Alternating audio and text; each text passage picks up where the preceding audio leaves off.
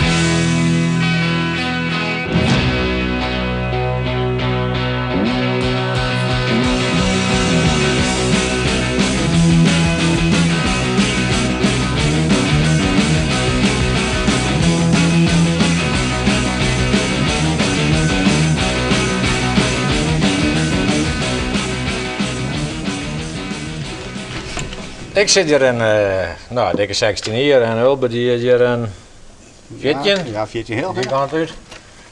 Ja, we houden die al aardig lang uit. Ja, je bent jong. Een goede baas hier. Ben je een beetje een goed duo dan? Dat wil ik net direct zeggen, maar ja, we steunen een ander wel aardig. Ja, ja dat scheelt alles. Ik ben een team, een goed team. We passen wel aardig ding wat we dat hier. Ja. En we kunnen aardig man vinden. Ja, wat hoor je denk net zo lang uit dat al dit oorlog is, hè? Nee. Nee.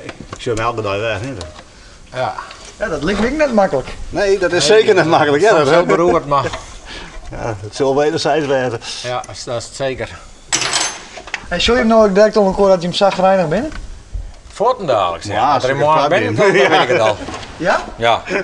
Nou, Ja, dat is haast al een man, zei je. Wie bent het ooit, ja, reinigen? En met je rond een uur of sjouwen, dan wordt het beter bij hem. Dat komt joh. Ja.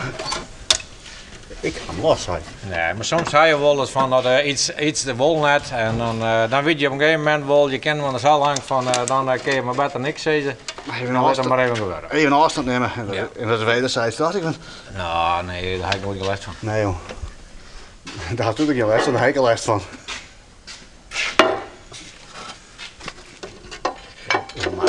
Hij met een heek, hij zit het zien aan. Zit de bak aan. Ja? Maar dat ik krijg deel kennen. Het is gewoon een maar de bal letter. Ja. Ja. Daar is die al. Nou, Dat moesten wij. dat moet nog.